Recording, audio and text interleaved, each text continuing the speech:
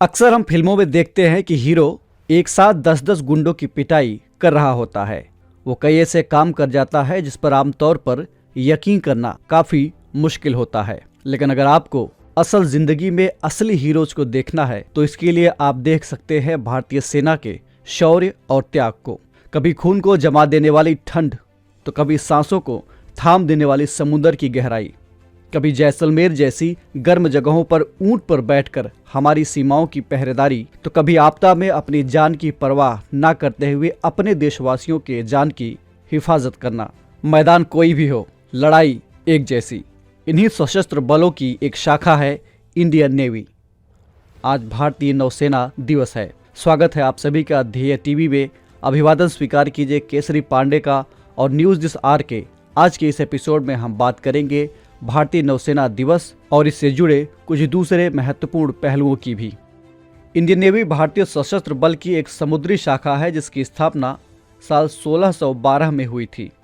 दरअसल east India company ने अपने जहाज़ों की सुरक्षा के लिए ईस्ट इंडिया कंपनीज मैरीन के रूप में एक सैन्य दस्ता गठित किया था। इसे ही बाद में रॉयल इंडियन नौसेना का नाम दिया गया।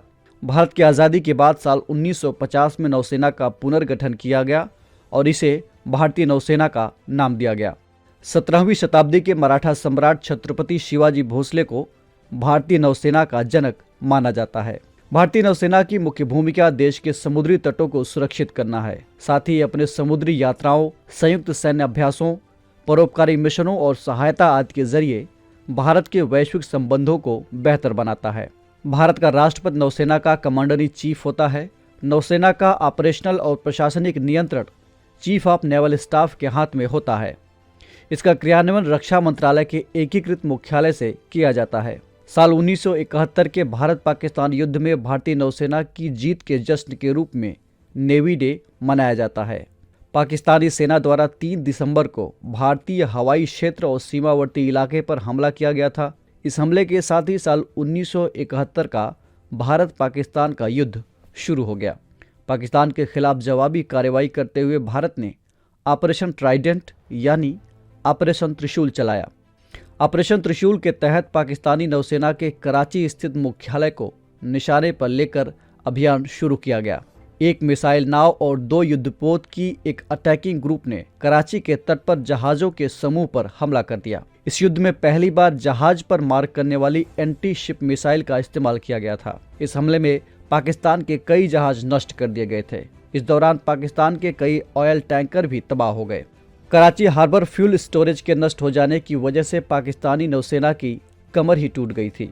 कराची के तेल टैंकरों में लगी आग इतनी भयानक थी कि इसकी लपटों को 60 किलोमीटर की दूरी से भी देखा जा सकता था। तेल डिपो में लगी इस आग को तकरीबन 7 दिनों तक बुझाया नहीं जा सका था। चूँकि भारत द्वारा ऑपरेशन ट्राइडेंट के तहत 4 दिसंबर 1971 को पाकिस्तान के कराची नौसैनिक अड्डे पर जवाबी कार्रवाई की गई थी। इस ऑपरेशन की सफलता के मद्देनजर हर साल 4 दिसंबर को नौसेना दिवस मनाया जाता है। इस खास मौके पर जिन गतिविधियों और कार्यक्रमों का आयोजन किया जाता है उसकी योजना विशाखापत्तनम स्थित भारतीय नौसेना कमान द्वारा तैयार की जाती है। सबसे पहले युद्ध स्मारक पर पुष्प अर्पित की जाती है और उसके बाद नौसेना के पनडुब्बियों, जहाज़ों, विमानों आदि की ताकत और कौशल का प्रदर्शन किया जाता है। तो ये थी बात भारतीय नौसेना दिवस की और ध्येय IAS इन जांबाज सैनिकों की बहादुरी को सलाम करता है। इस एपिसोड में इतना ही। हम फिर मिलेंगे एक नए कार्यक्रम के साथ। तब तक के लिए पढ़ते रहिए और बढ़ते रहिए। नमस्कार।